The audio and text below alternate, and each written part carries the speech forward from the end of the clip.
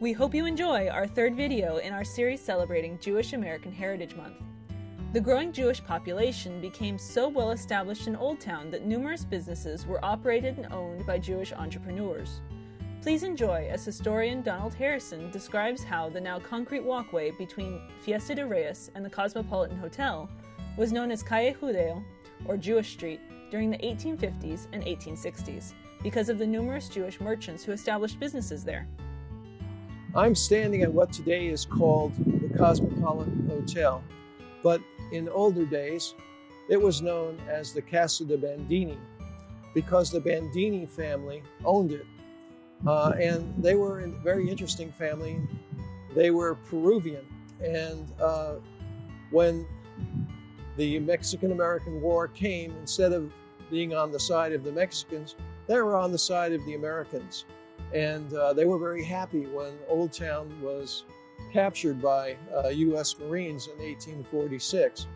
In fact, as the story goes, the two daughters of Bandini actually sewed a flag that could be raised over there on the flagpole. And that flag was known as the first flag, U.S. flag to fly in California or in San Diego.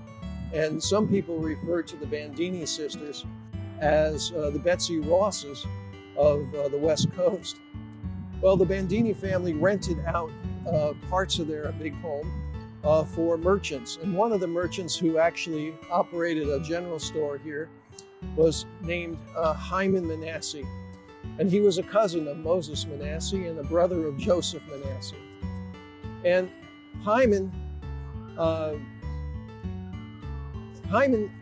didn't stay in that business very long, and he was kind of a controversial fellow. He married the sister of Marcus Schiller, who I'll tell you about in a minute. And not long after their wedding, he disappeared to Arizona, where he was killed by a gunslinger at a store that he was operating in Arizona. Later, his brother, Joseph Manasseh, who became a very powerful force in San Diego, married Hyman's widow. And so Hyman went into business with Marcus Schiller, who was a very important person as well in the Jewish community. Now I'm going to move over to what looks like a nondescript alleyway to tell you about the Jewish area of San Diego.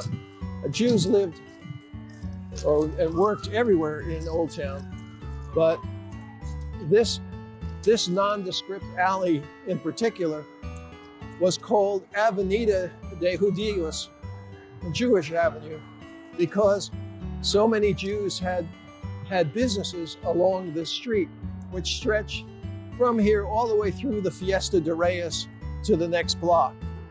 And among the Jews who had businesses here was Joseph Manasseh.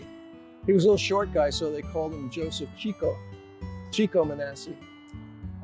And they had a general store. They would get the goods from San Francisco, sail it down here, and then sell the goods at their general store. And most of the people here did not have money. Money was in very, very short supply in the 1850s. Very few people had currency readily available. And so he would sell to people on credit.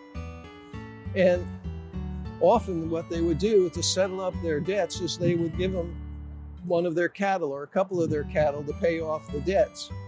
And eventually Manasseh and Schiller accumulated so much cattle over here in this area here. They had a cattle yard that it was too much for this area. And so they decided to buy two ranchos, one called Rancho San Diego and the other one Rancho Encinitas.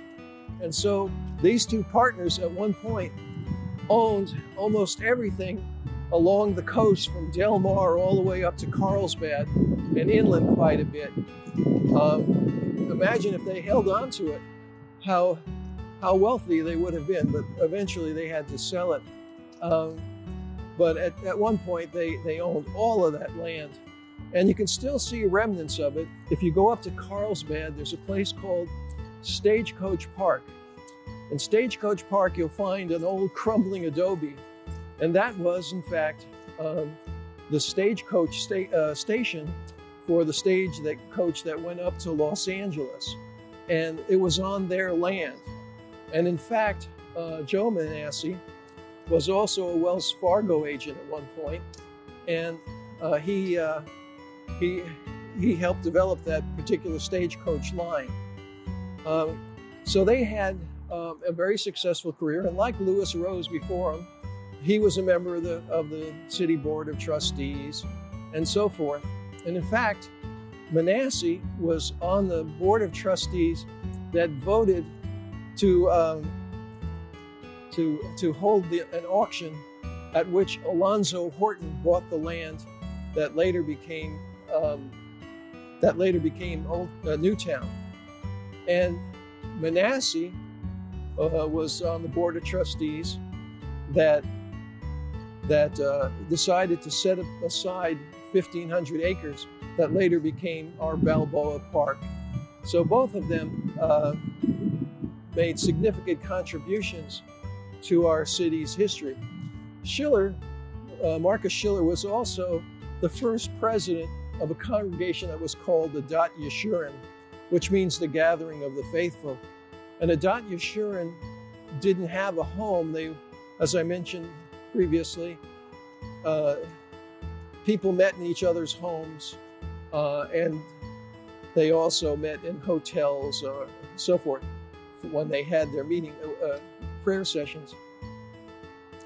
But in 1889, the first synagogue was built, and instead of being called Adat Yeshurun, it was called Beth Israel, and which means the house of Israel, because now they actually had a house.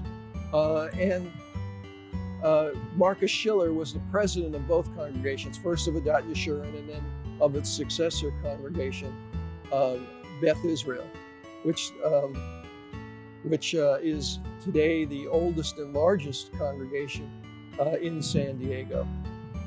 So that's it.